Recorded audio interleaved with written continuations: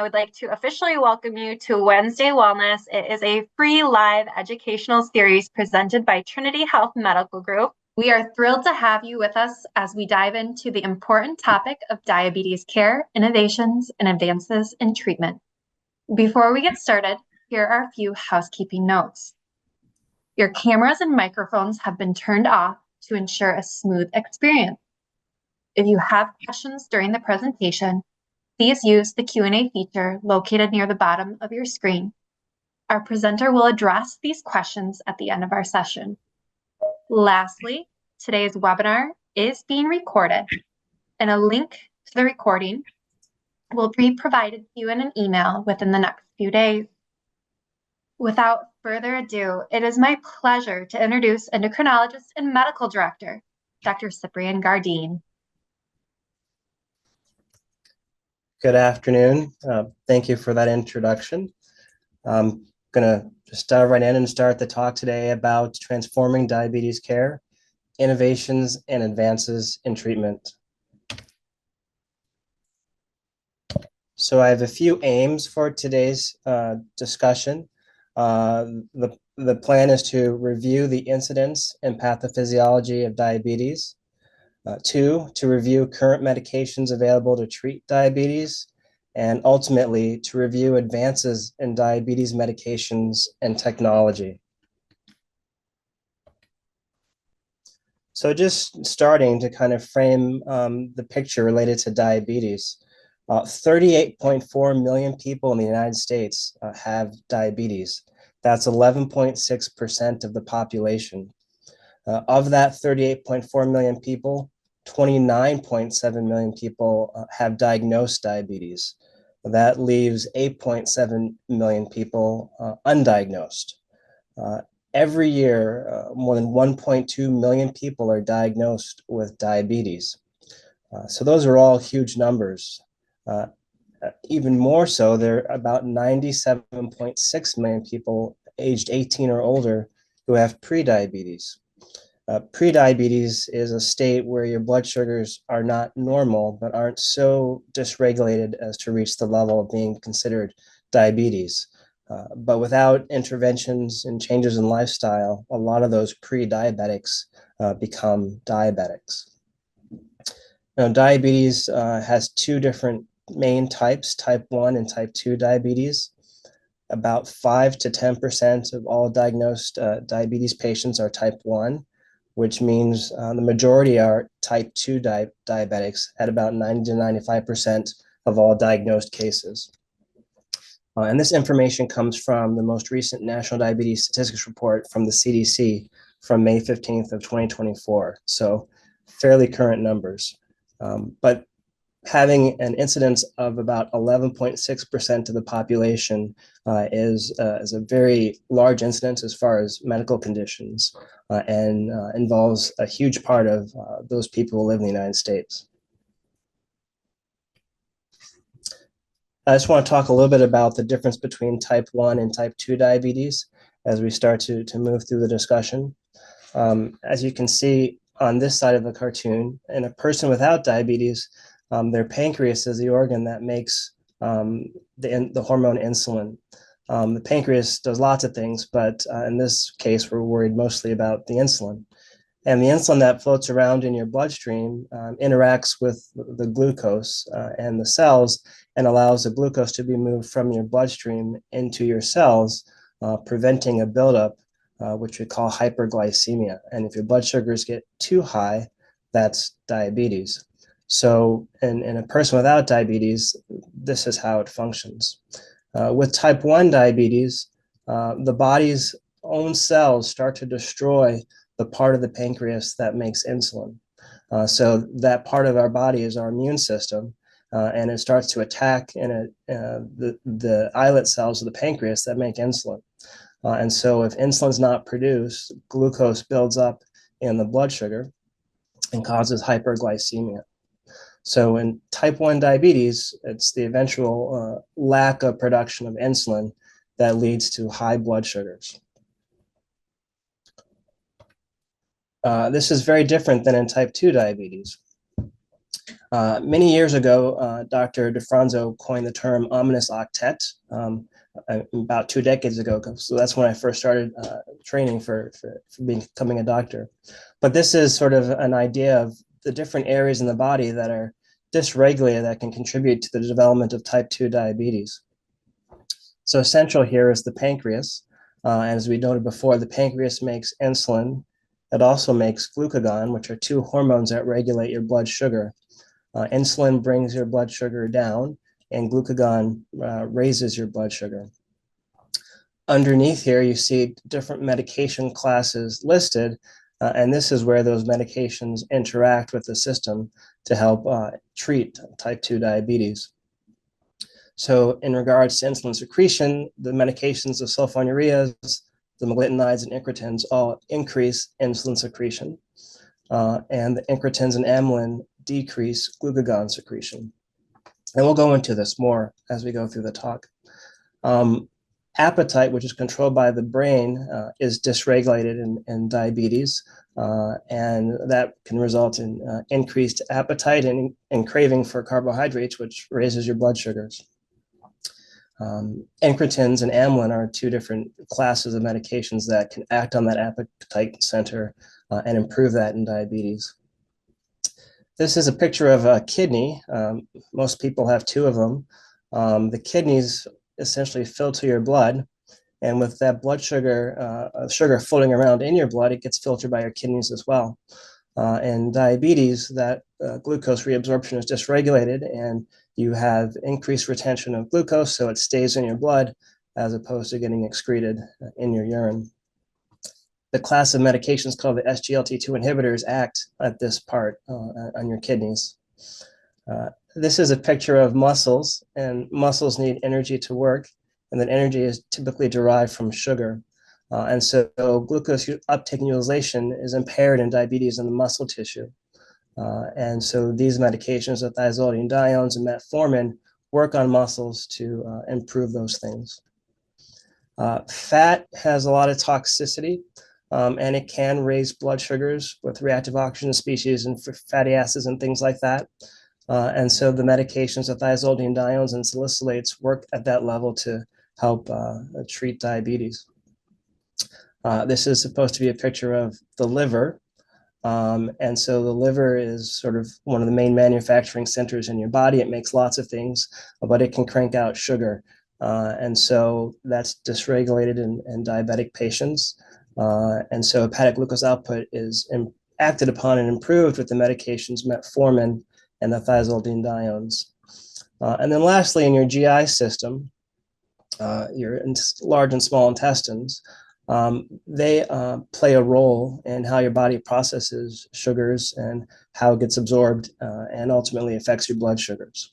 And so there's several classes of medications: the incretins, the alpha glucoside inhibitors, amylin, and bile acid sequestrants, which help regulate insulin, help regulate sugar, and ultimately blood sugars and improve diabetes. So in all these ways, these 8 areas, there is dysregulation in type 2 diabetes, and we have treatment modalities to try to address those things to help improve blood sugars in our type 2 diabetics. As you can imagine in life, not everything is sort of cut and dry. Type 1 diabetics can have some component of insulin resistance and some of these defects that we see here in type 2. And sometimes it's coined type 1.5 diabetes.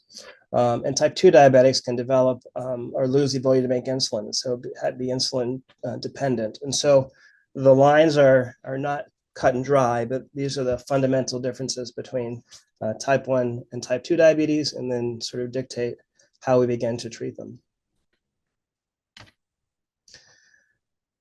This is a slide with lots going on. Don't mean to overwhelm anybody. And I'm going to kind of break it down and go through it a bit slowly so it's easy to understand. But this is what, as an endocrinologist or a diabetologist or a family medicine or internal medicine physician, this is what we're thinking about when we're trying to decide what we're going to do to try to help our diabetic patients as far as medical management. And this is always preceded by working on lifestyle modifications, changing diet, changing activity, changing sleep patterns, reducing stress, all those other things that people can work on to help improve blood sugars.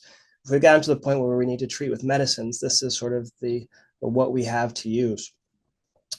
When I first started medical school, we had maybe 3 or 4 of these drugs available. So much has blossomed in the last 2 decades of my life. But so on this panel here is what we start to think about. So how does this medication lower blood sugars? How effective is it?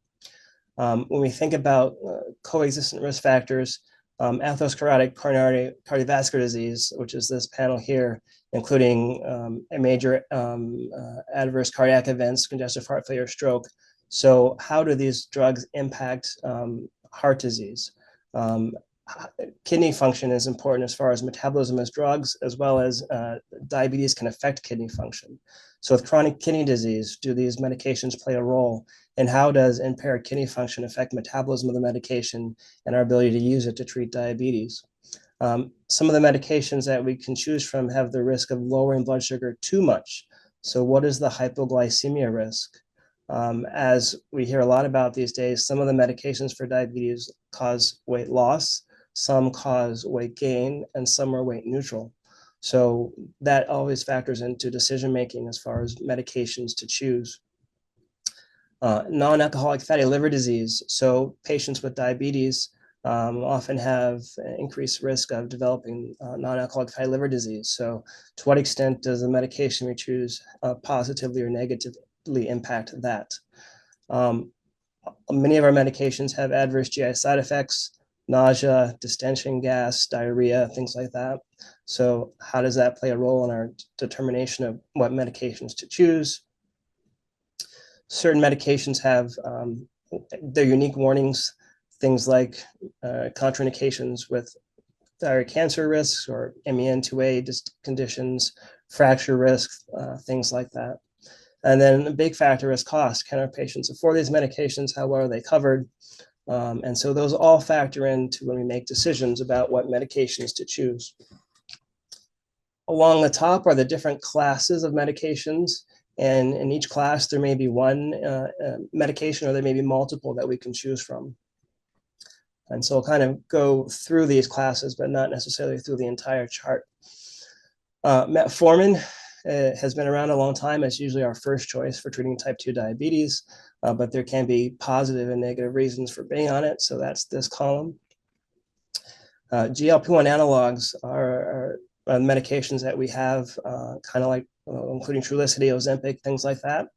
And so those are mostly injectables. There's one pill form, but those are medications that we can choose. Manjaro, which is the new GLP-1 analog and GIP analog, it has 2 mechanisms of action, is in this column, but very similar to the GLP-1s. These SGLT2s are things like Jardiance, things like Invokana, Farxiga. They're also newer agents. So these 3 are probably the newest we have to choose from. You can see they do a great job of lowering blood sugars. They all are associated with some potential weight loss, and so often become our primary choices. Unfortunately, cost is a big factor. Thiazolidinediones, there's only one pioglitazone that we typically use. Rosiglitazone is not used as much, but that is another option. It works a lot like metformin. It predominates at different tissues, but it helps lower insulin resistance. Insulin, which we'll talk about more later on, there's lots of different types of insulin, but in type 1 diabetics, that's what we have to use to treat diabetes. And in type 2 diabetics, it sometimes becomes necessary to add. But obviously, insulin is what brings your blood sugar down. So it has great efficacy in lowering your blood sugar. One of the biggest side effects is the weight gain. And then some of the lesser known or lesser used medications are along this axis. They have some improvement in blood sugar lowering, but they're not quite as potent typically as these other choices that we have. But the DPP-4 inhibitors are working along a similar pathway to the GLP-1 analogs. It's the incretin pathway. And these are things like Januvia, Onglyza, things like that. Sulfonylureas have been around a long time. Glipizide, glyburide, glimepiride, those are the most common agents. They're very inexpensive. One of the biggest risks is they can cause hypoglycemia. The glutenides, things like repalenide, natiglenide, are medications that you typically take right before you eat. They also help to lower blood sugars.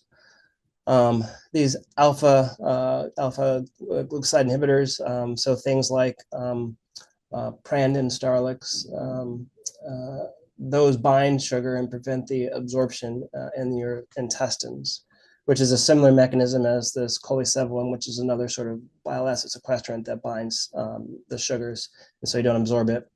And then this is bromocriptine. Bromocriptine is a dopamine agonist, so that's a neurotransmitter.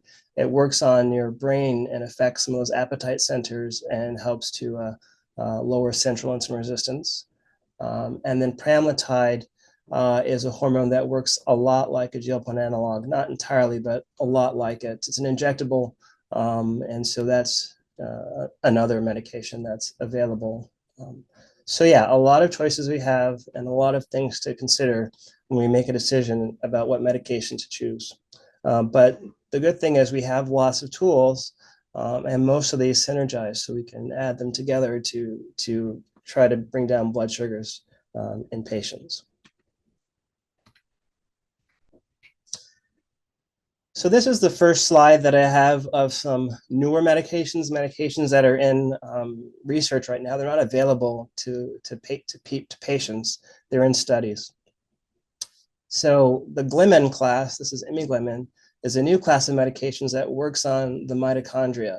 The mitochondria, if you remember from your high school biology, is the powerhouse of the cell. And so all your cells have these mitochondria. Interestingly, you inherit these from your mother. And the mitochondria are primarily important in making energy and metabolizing different components. And so cells in your muscles, cells in your liver, cells in your pancreas all have mitochondria. And this medication blocks different pathways in the mitochondria, but it's shown to improve glucose utilization in the muscle by decreasing muscle insulin resistance and decreasing reactive oxygen species. In the liver, it helps improve liver mitochondrial function and also reduces ROS, reactive oxygen species. So that sort of decreases excess sugar production and improves glucose utilization. And then in the pancreas, it helps improve pancreatic beta cell function and reduces, again, these reactive oxygen species. And so that improves insulin secretion and decreases the death of those cells in the pancreas that make insulin. So this is an exciting class. It's undergoing testing now. It's not available yet, but it could be something that's out there in the next few years. Teplizumab is a monoclonal antibody. So whenever you see MAB, it's a monoclonal antibody. That's a new drug that's out there to help prevent progression to type 1 diabetes. So as we talked about in the earlier slide, your immune system attacks the cells in your pancreas that make insulin. So this is a picture of a cell from your immune system, an autoreactive T cell. And this T cell has a receptor and a CD3 molecule, among other things, on its surface. This teplizumab is this structure here, this antibody that's specific for the CD3 portion of this receptor molecule. And it can bind it to block function. Also, whenever these things bind, antibodies bind, other parts of the immune system come in, so sort of to sort of strengthen that blockade.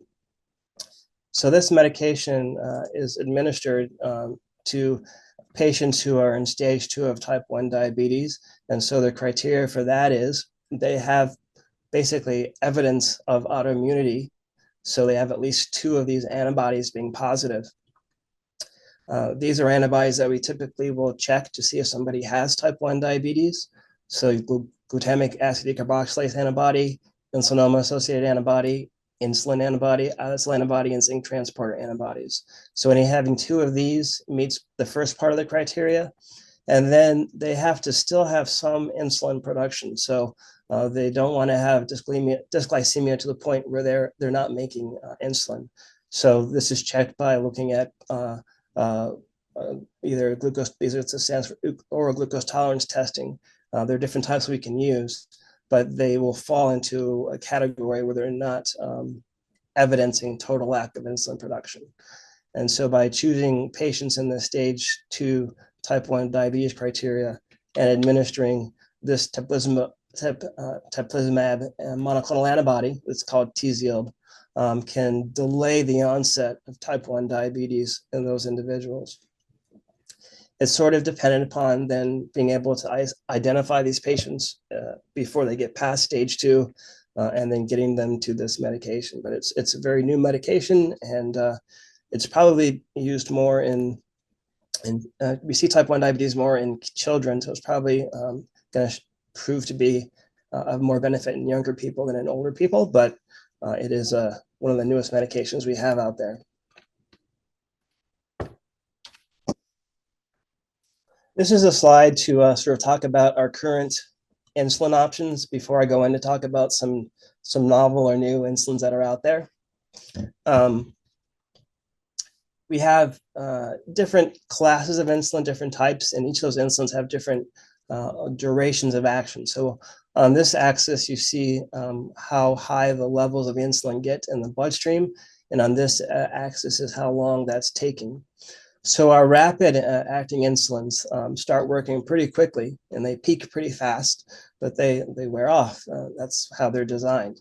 And so those are things like aspart, lispro, glulisine, inhaled human insulin. Regular insulin, which predated these, has it's short acting, but not quite as rapid as the rapid acting. And between the short and rapid acting insulins, those are the ones we typically give at mealtime, because they kind of start working and keep up with the food that you're taking in. Then there are longer acting insulins. So there's U500, which is regular insulin at a very high concentration. That has multiple sort of kinetics.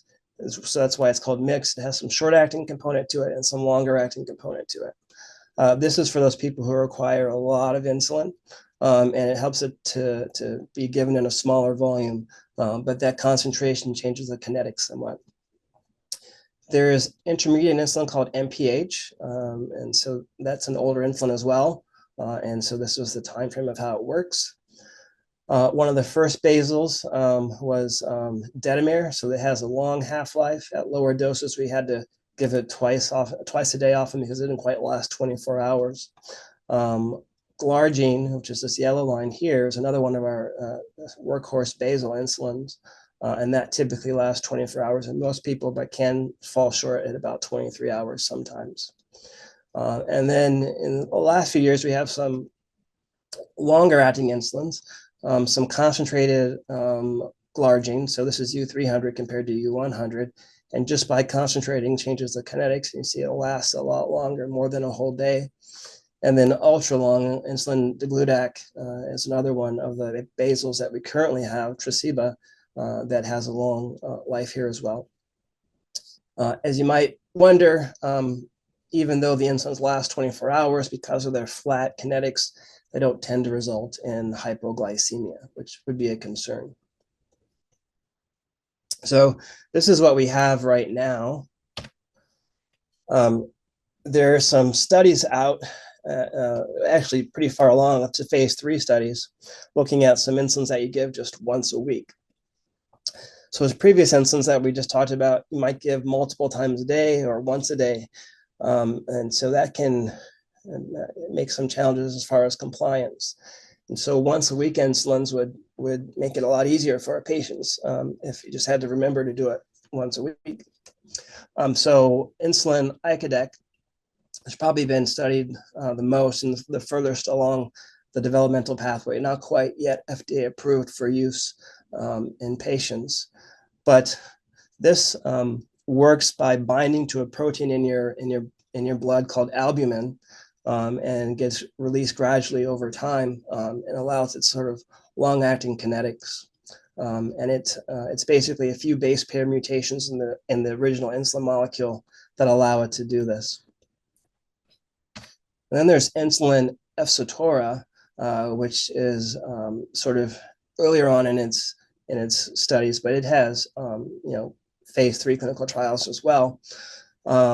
It works by a different mechanism. It has the insulin portion on one part of the molecule and a portion of an antibody on the other part, and it's called the FC portion. And it's this FC portion that gets sort of transited in and out of cells that allows this to sort of release slowly over 7 days. So it's kind of a novel mechanism, which is really exciting, and just working on sort of getting it approved in patients. So those, I have no clue when they're going to get approved. I think the Icodec is closer than this Efsitora, but 2 new insulins that will add to the others that we have to treat diabetes. In the papers that I looked at, the dosing is kind of what you might think. So if someone requires 10 units of Lantus, which is a daily basal insulin, they may then require 70 units of the weekly insulin. It just gets released more slowly. But you can imagine some of the challenges when you try to titrate this. You have to be more careful because it's going to last longer and things like that.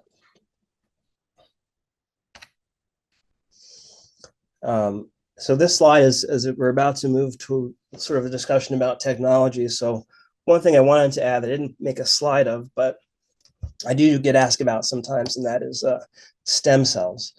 So stem cell transplants are another therapy modality that is out there for treating type 1 diabetes. Right now, most of those are stem cells that have matured already to the state where they're making insulin. Now, there are studies now they're investigational, looking at embryonic stem cells and induced pluripotent stem cells, where we sort of have to take stem cells that are less developed, do stuff to them so that they become cells that make insulin. That research is out there, and they're working on it. And one of the challenges with the current model with the stem cells that they have is rejection, and weighing the benefits versus the risk of using anti-rejection medications in patients for these stem cell transplants.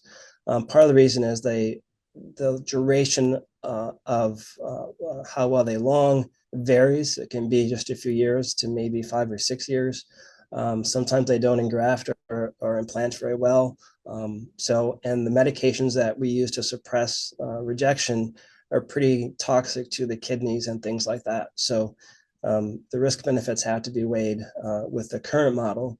So the new stem cells we're looking at are trying to avoid or circumvent some of those rejection risks. So that's kind of what's out there right now as far as stem cells. So this is just a slide that sort of summarizes what we're going to go through sort of for the next part of this talk. It's just within the last year or two, some of these things that have been cleared by the FDA as far as diabetes technology. So the Omnipod, which is a type of insulin pump, the Omnipod 5 has come out, and it is paired with a sensor, which we'll talk about more what that means, but something that monitors your blood sugar consistently and allows for automated insulin delivery. So, and this was the first Omnipod 5. This was the first tubeless automatic insulin delivery system available out there. And that was first made available January 2022. In February of 2022, the Eversense came out with a CGM that is implantable for 6 months. In September of 2024, so just a few months ago, they actually came out with a 12-month implantable CGM. So we'll talk a little bit about that, but a sensor that you put under your skin and stays there for 6 or 12 months before you have to change it. Current sensors, the longest lasting ones are 15 days, anywhere from 7 days to 15 days, and have to be changed more frequently. June 2022, the Freestyle Libre system came out, Libre 3 system. So at that time, it's the smallest CGM to date. It's about the size of 2 pennies. I'll show you the picture of that. In September 2022, the Tempo connected insulin pen cap came out, and it's a pen cap that fits both basal and bolus insulin pens, and it helps input insulin dosing information into an application that allows you to better monitor and control your diabetes. December 2022, the Dexcom G7 system came out. It's an improvement on the G6 combined transmitter and sensor. So you just have one device as opposed to 2 that you have to take care of and it was smaller than the G6 and with some improved glycemic measurements. So sort of revolutionizing sensors there as well. In March of 23, most of our studies tend to look at healthy adults 18 to 70 who are not pregnant and who are not children. And so this was a novel or awesome to be able to get the pregnancy studies. So the Freestyle Libre 2 and 3 were approved for use with an automatic insulin delivery system and in pregnancy. And then that same month, Medtronic MiniMed, which is Medtronic has been an insulin pump maker for a long time. They were sort of alone for a while, and now there are lots of other options, but they still make good products. And at this time, the 780G came out, and that was the algorithms that are used to help calculate insulin dosing have a target glucose, and this one allowed you to get all the way down to 100 milligrams per deciliter, which is the lowest target of systems at that time.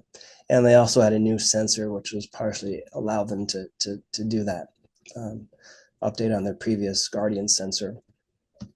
In April of 2023, Omnipod Go came out. It's a kind of like this Omnipod 5 as far as how it looks, but all this one does is provide basal insulin. So instead of having to give yourself, I should rephrase that, it provides insulin with a steady basal rate. You can just put this on for the last 3 days, and all it is a basal pump. So you're not connected to anything, and it's not regulated by anything. It just kind of runs on its own until you've gone those 3 days, and then you put a new one on. In May 2023, the iLet came out with Bionic Pancreas system, and that sort of is a whole new way to think about using insulin pump and sensor, and we'll look more at that specifically. And then in July 2023, Tandem came out with the Mobi, T-Slim Mobi. So they always had the T-Slim X2 out there. Mobi is smaller. So this is the smallest automatic insulin delivery system to date. So that means it works with a sensor and helps adjust insulin based upon blood sugars. And we're going to kind of break this down a little bit in the next few slides. So this is the Freestyle Libre 3 system. It's a small sensor and then an app on your phone typically. It's hard to tell here, but this theoretically is the size of 2 pennies, and it typically goes on your arm, but it can go other places as well. In the back, it has a small catheter that goes under your skin, and that's how it's able to measure your blood sugars continually throughout the day. This is what the applicator looks like, and it just talks about real-time imaging and real-time information is sent every minute. So with the Libre 3, you're getting a blood sugar every minute sent to your reader. This is what came before the Libre 3 was the Libre 2. Here they have the reader, but it could also be used with a phone. It's bigger. It's hard to see that, but if you look at the size, it's twice as thick and a third bigger. Here's what the applicator looks like, and here's just a picture of someone. In this case, they're holding up the scanner by the sensor to get a reading.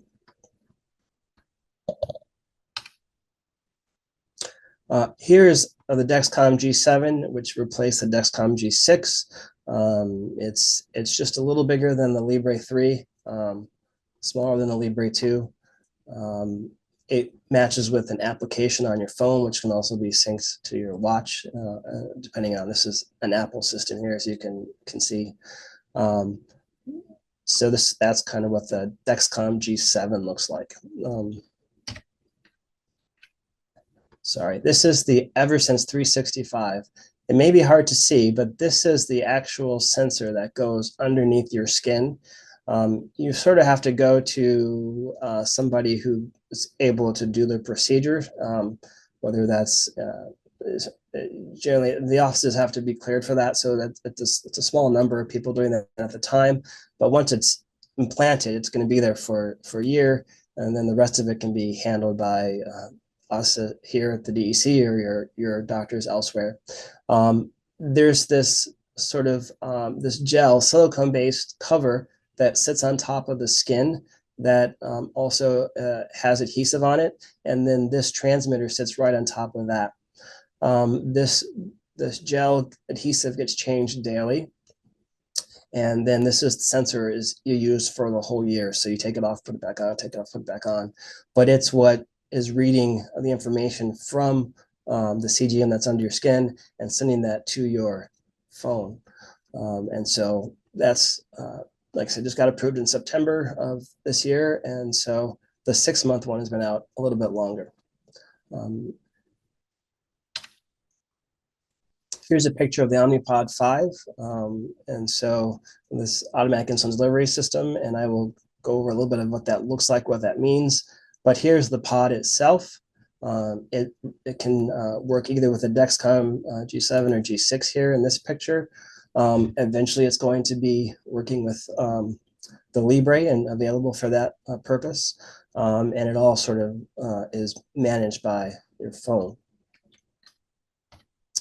This is how an example, a little bit of how automated insulin delivery works. There are these algorithms, and there's several out there that are working inside the pump to sort of determine how much insulin to release. And so on this image, you see glucose levels on one side and time of day over here. And this is sort of your target range, this orange spacing here. And you can see the blood sugars fluctuating throughout the day. Sort of you're getting up in the morning, you eat breakfast, goes up a little bit, comes down, then maybe eat lunch here around noon, it's come down by 1 o'clock. It's just kind of the pattern. And then they kindly cut off dinner time because it probably shot up here over dinner before coming down. And then your CGM, the sensor, which is measuring your blood sugar and sending those blood sugars to your pump, is sending these blood sugars to your pump. And the pump in these systems, the algorithm is calculating that and adjusting how much insulin is put out by the pump. So as your blood sugars go down, it starts decreasing how much insulin it will release. In fact, it can get to a point where it can turn off insulin entirely and letting your body recover and catch up a little bit. Then as your blood sugars go up, you see the insulin levels start to go up.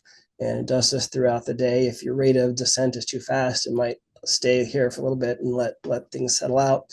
But it's a dynamic system that's responding to your glucose minute by minute, depending on the sensor, or every 5 minutes, depending on the sensor, but helps protect individuals against getting too low or getting too high. And that's the basic premise of all these automatic insulin delivery systems. The algorithms they use are different, but the premise is the same. This is a picture of that Tempo pen cap. This is the pen cap right here. You have to order the Tempo pens. The pens come in Humalog, Basaglar, and Lyumjev at the moment. And this cap sits on that tip here, and that says, this tip has electronic communications to go to the cap, and the cap sends its information by Bluetooth to the phone. And the phone app can also, generally speaking, interact with either your glucometer, which is what this is supposed to be, or even a CGM like a Dexcom G7, which this is. And so you're getting blood sugar sent to your app, you're getting insulin dosing sent to your app, and you can use that. You can enter your food here and figure out how well you're doing. If your doctor so chooses, and you're sort of doing advanced work with the fast-acting insulin, they can put carb ratios and correction scales in here where you're using your sensitivity and targets, and it can tell you, how much insulin you should bolus for a given meal or something like that, and even be more interactive. So those things are all possible. I showed you the Tempo pen cap, but there are other pen systems out there as well, like 3 or 4 that all have a similar idea. This is the first one that works not only with the fast-acting insulin, but with the basal insulin. The other ones out there are all working with the fast-acting insulin, the bolus portion. This is the new Medtronic MiniMed 780G, so the newest version. And this is the pump itself. This is the site that goes on the skin. That adhesive comes off and this sits on the skin. And this tubing right here then attaches to the reservoir on the pump here. And then this is the the Dexcom G4, the Guardian sensor. And all of that information from the pump and the sensor can be sent to your phone if you wish. If you have a phone and a smartwatch, the smartwatch can be employed as well.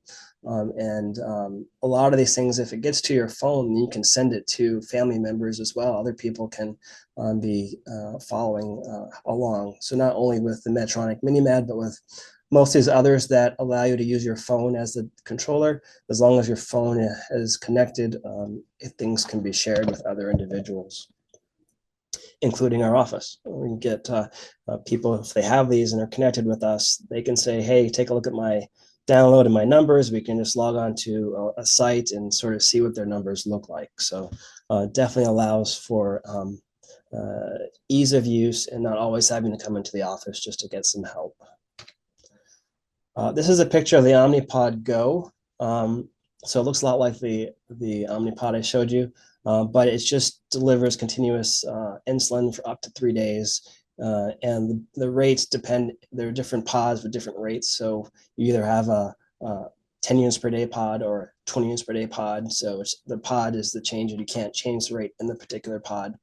And you don't need a controller or anything like that, just runs by itself. This is the bionic pancreas.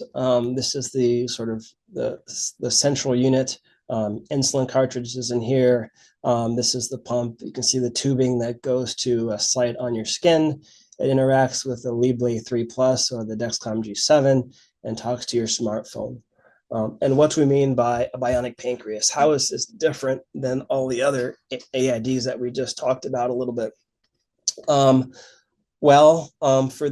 For this one, when you think about your pancreas monitors the sugar in your body and then makes insulin or glucagon to tightly control your blood sugar. You don't have to tell it, I'm about to eat an ice cream sundae. You don't have to tell it, I'm about to go on a long walk with my dog. It just kind of is checking your blood sugar and making the adjustments as you go, is how your pancreas works. With the previous mentioned pumps and sensors, it gives you a basal insulin, but you have to tell it when you're going to eat. You have to tell it how many carbs you're going to eat, and that sort of thing. It can't guess, and it can't make adjustments fast enough in most cases to accommodate meals. It requires your input. So with this iLet bionic pancreas, all it asks you to do when we start this pump is, what's your weight? And then whenever you eat, is this a small meal for me, a normal meal for me, or a big meal for me? And then using that information, it sort of adjusts based upon the information it collects on you as you are wearing it. So you don't have to tell it how many carbs you're about to eat. You don't have to tell it I'm about to go for a walk. It sort of learns how your body works and then boluses the insulin accordingly. So a newer device, we're getting more experience with that.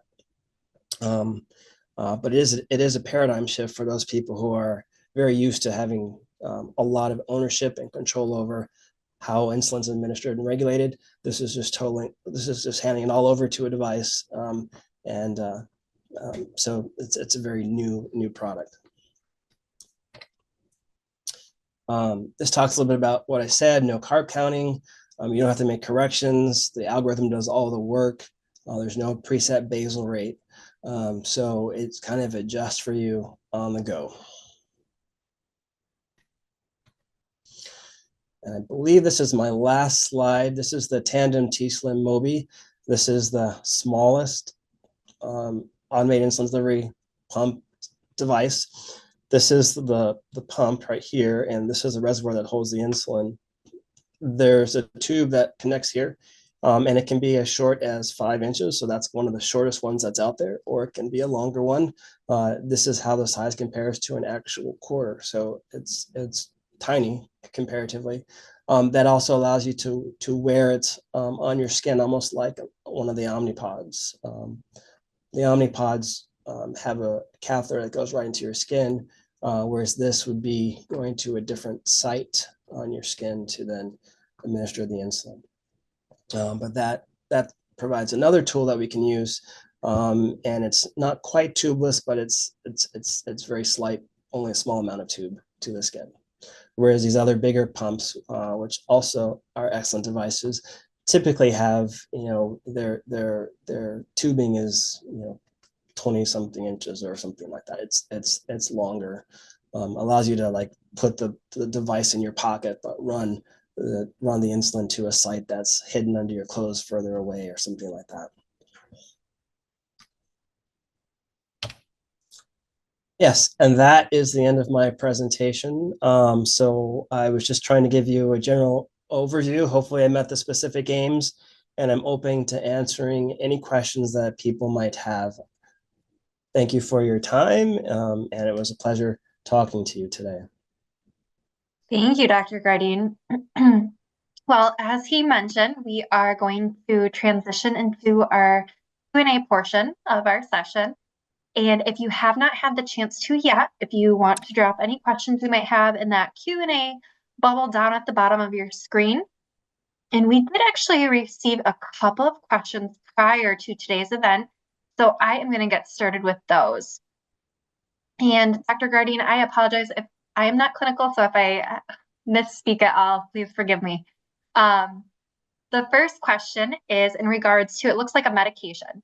It says, I currently take Ribulus for type 2 diabetes. Does that have the same health benefits as Ozempic?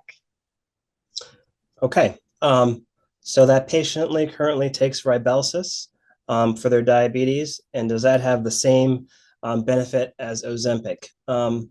So the answer is yes. They're both in the same class of GLP-1 analogs.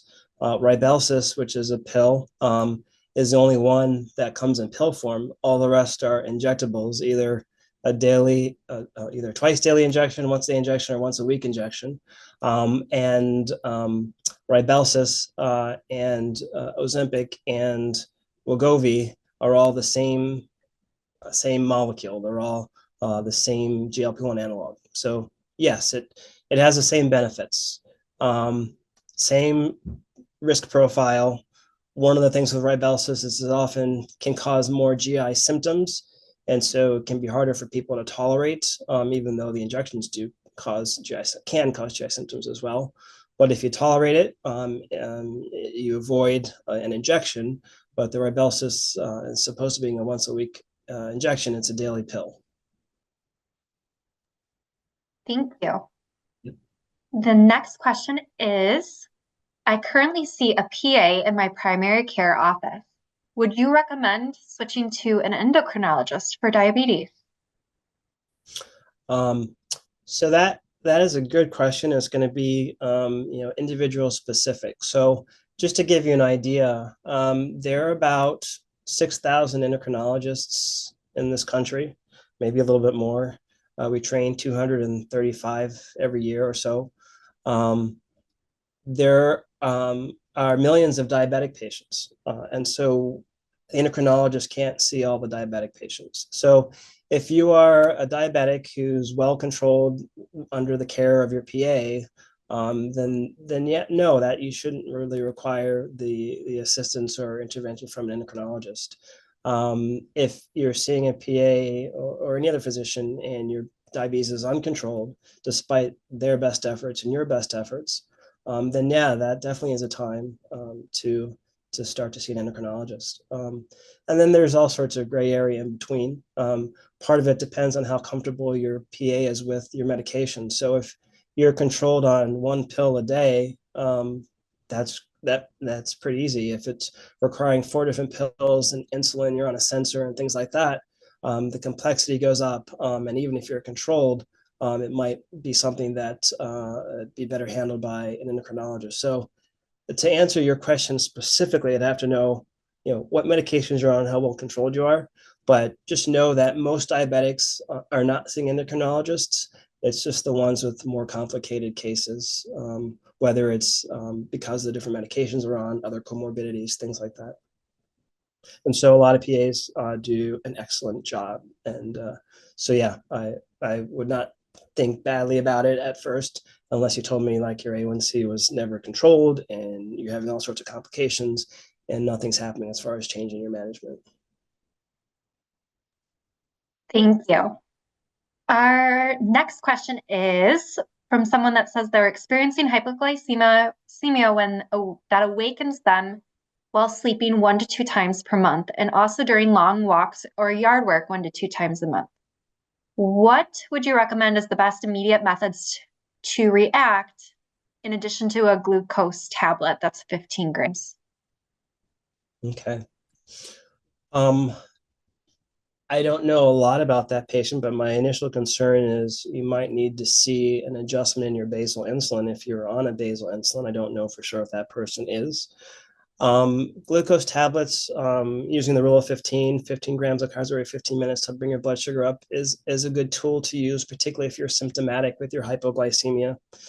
If you're being woken up because your sensor is giving you an alert, but you're not feeling bad, then alternatives include just giving yourself something that has protein in it, or maybe a protein plus a carb. That will allow a more gradual increase in your blood sugar that is sustained for a longer period of time. But my concern would be, are you on some insulin of some sort or not? But it sounds like that might need to be adjusted as well.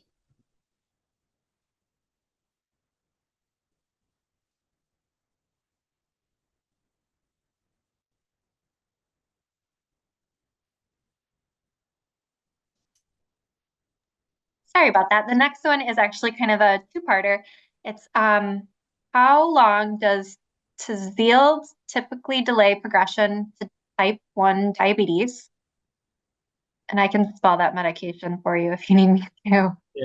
The Tzield, the teplizumab, was what we talked about. And the reports are on average about 2 years, but it can be case dependent. All right. And the next part is, does the GR Endo office implant the Eversense devices? Not presently. We don't have any members who do that here. On those websites for those products, you can usually find who in your geography is doing it. So there are some people in Grand Rapids who are doing it at the moment. I imagine the number of people doing it will expand as that product becomes more accessible. But at the moment, the answer is no. Thank you. The next one is there a device to use for type 2 blood sugar tracking?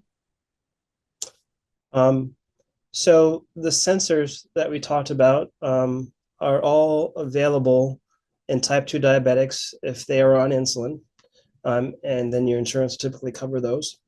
If you're not on insulin, most insurances will not cover those things. One can always pay out of pocket, but they are expensive for most people. Outside of that, there are glucometers, but I don't think that's what you're talking about. That's where you prick your finger.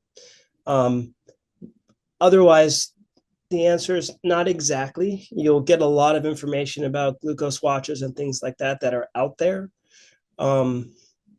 They're not as standardized or as consistent yet for us to endorse them as safe, but they are an option, particularly if it's better than nothing. So the answer is, if you're type 2 diabetic, not on insulin, there's really not a whole lot out there that's covered by your insurance. All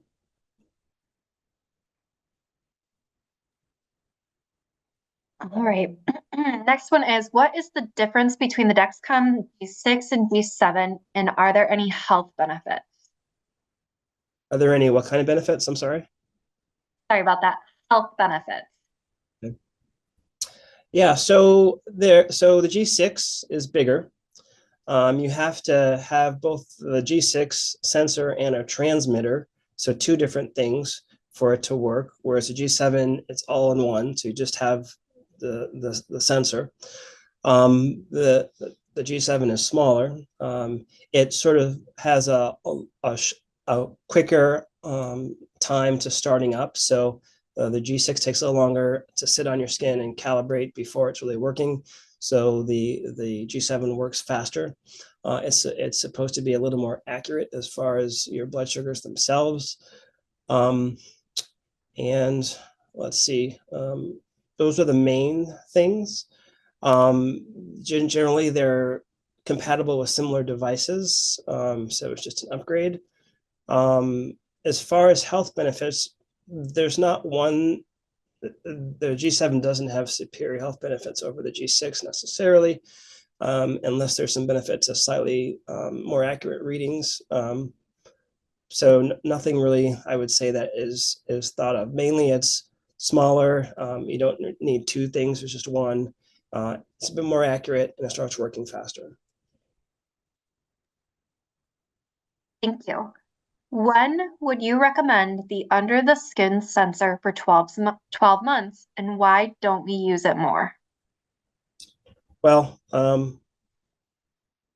so I would recommend sensors. I mean, most, like I said, are going to be covered in patients who have insulin in their regimen. So whenever you have to have a blood sugar to make modifications to your diabetes regimen frequently during the day, then it's helpful to have a sensor, a CGM. The Eversense has been on and off the market in different forms for years now, and partially is just some of the technical difficulties with this. We now have the once a year and the once every 6 month version, but before they were shorter periods of time. And so they have to be placed, and then when they're done, you have to take them out and place a new one. So they were procedures, and they weren't typically done in the office.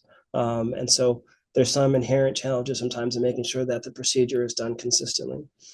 And then it's sort of interaction with other devices. I think the more it takes a hold of the market and it proves to work, the more you'll be able to see it syncing up with other things like the insulin pumps that we talked about and things like that. So it's cool to have something under the skin, but if it's not going to talk to your pump and help with the insulin delivery, it may not be the best option. So I think partially well, the big thing was the frequency of having to have a procedure on a population of patients who often have high blood sugars, and so there are complications related to healing from procedures. And I think the fewer procedures that we have to do, if it's just once a year, will make it probably more accessible in the future.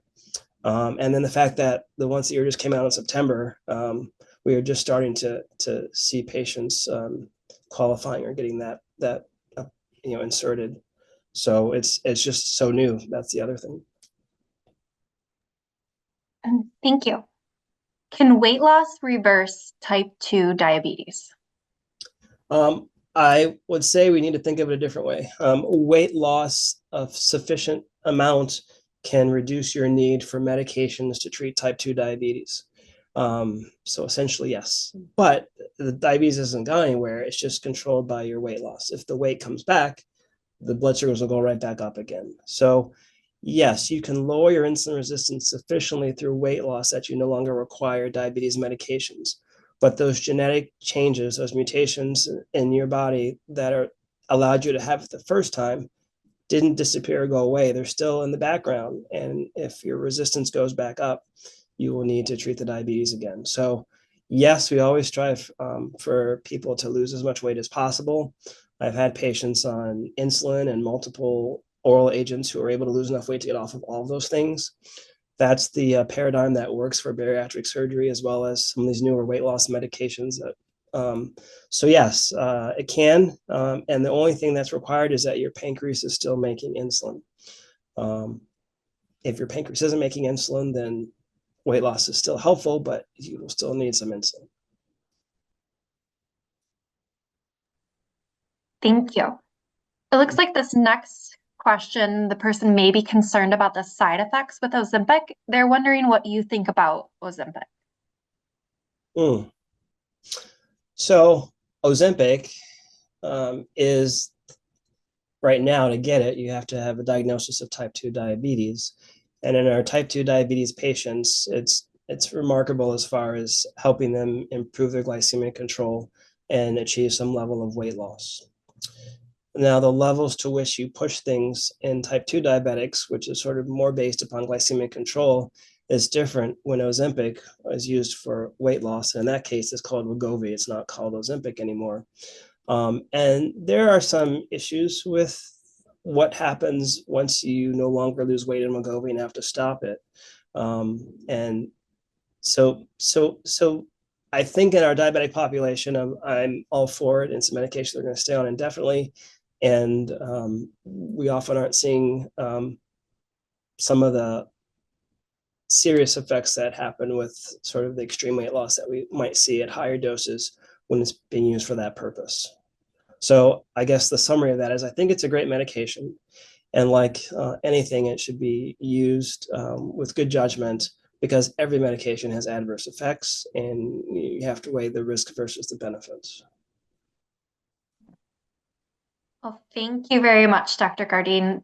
That puts us right at 1 o'clock.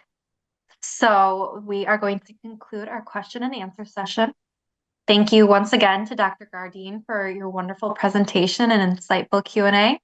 And thank you to all of our participants who attended today. We really hope that you enjoyed it as well.